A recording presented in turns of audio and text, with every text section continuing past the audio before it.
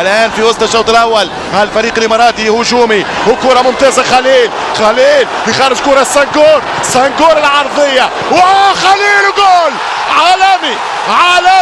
أي هدف يا فان باستن الإمارات، أي كرة من ماركو فان باستن للعرب، يمشي الفهد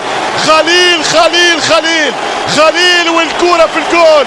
خليل وخلته كرة ومحبته لكرة وعشقه لكرة وجنونه لكرة وجنونه في كرة، ويسجل أحلى وأغلى كرة. سيناريو قاتل لو يحصل التعادل. لا الدفاع الإماراتي موجود مستبسل ومستاسد، والكونتر اتاك. عموري يستهلك الثواني. عموري ليس في حاجة للهدف الثاني. عموري يريد المباراة، فرصة والهدف الثاني ممكن. علي مبخوت حط كرة والثاني جول. عودة اسماعيل الملك عاد من جديد. عاد اسماعيل مطر في الهدف الثاني. عموري مبخوت اسماعيل وجول.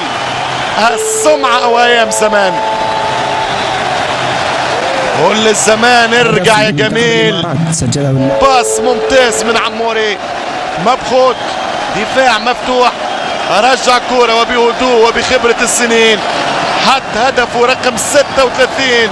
الأستاذ اسماعيل مطر، الفنان اسماعيل.